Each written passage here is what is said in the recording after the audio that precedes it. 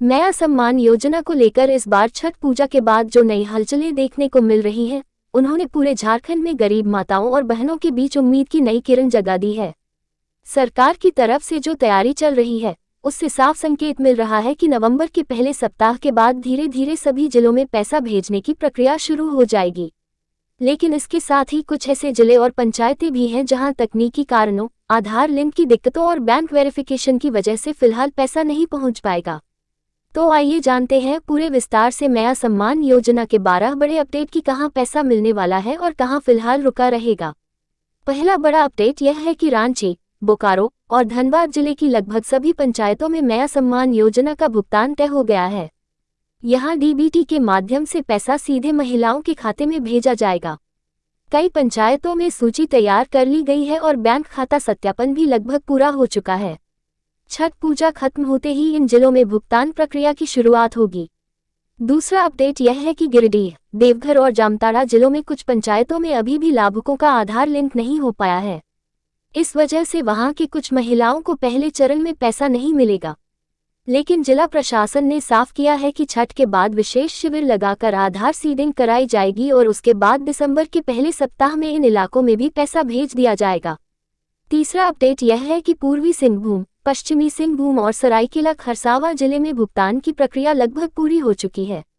यहां के महिला समूहों ने बैंक खातों का सत्यापन कराया है और ज्यादातर लाभुकों के खाते में राशि डालने की फाइल तैयार कर ली गई है।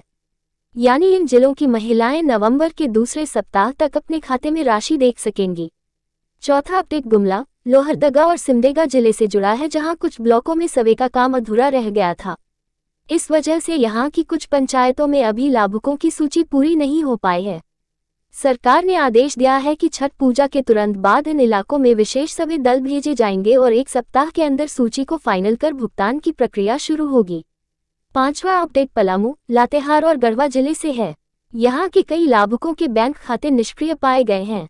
जिला प्रशासन ने बैंकों को निर्देश दिया है कि जो खाते बंद हैं उन्हें पुनः सक्रिय करने का मौका दिया जाए। जो लोग बैंक जाकर खाता अपडेट करा लेंगे, उन्हें नवंबर के अंत तक भुगतान मिल जाएगा। छठ के तुरंत बाद यहां बैंक कैंप लगाकर महिलाओं की मदद की जाएगी। छठा अपडेट दुमका, पाकुड़ और साहिबगंज जिले से जुड़ा है।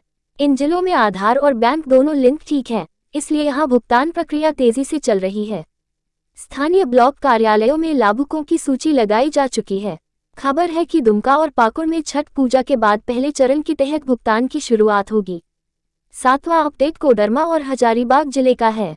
यहां कुछ पंचायतों में लाभुकों के नाम में गड़बड़ी की शिकायतें आई थीं। नाम सुधार का काम चल रहा है। प्रशासन ने वादा किया है कि नवंबर के मध्य तक ये दिक्कत दूर हो जाएगी और जिनका नाम सही होगा उन्हें तुरंत पैसा मिल जाएगा। आठवां अपडेट चतरा जिले से जुड़ा है।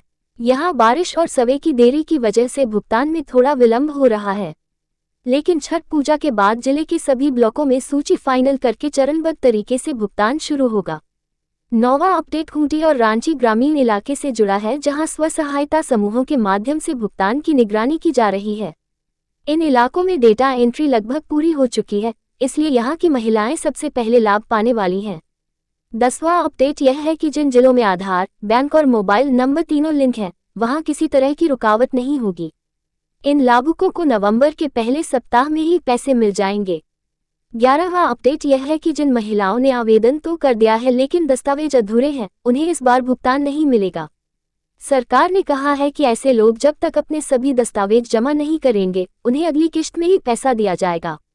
और 12वां बड़ा अपडेट यह है कि राज्य सरकार ने इस बार तय किया है कि छठ पूजा के बाद सभी जिलों में एक साथ भुगतान शुरू किया जाएगा, ताकि किसी जिले की महिलाएं खुद को पीछे महसूस न करें।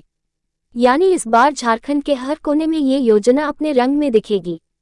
कुल मिलाकर देखा जाए तो जिन जिलों में सर्वे और सत्यापन पूरा हो चुका है, वहां की महिलाओं के खाते में छठ पूजा के बाद सीधे पैसा भेजा जाएगा, जबकि जिन जिलों में अभी भी आधार लिंक या बैंक अपडेट का काम बाकी है, वहां दिसंबर की शुरुआत में भुगतान होगा।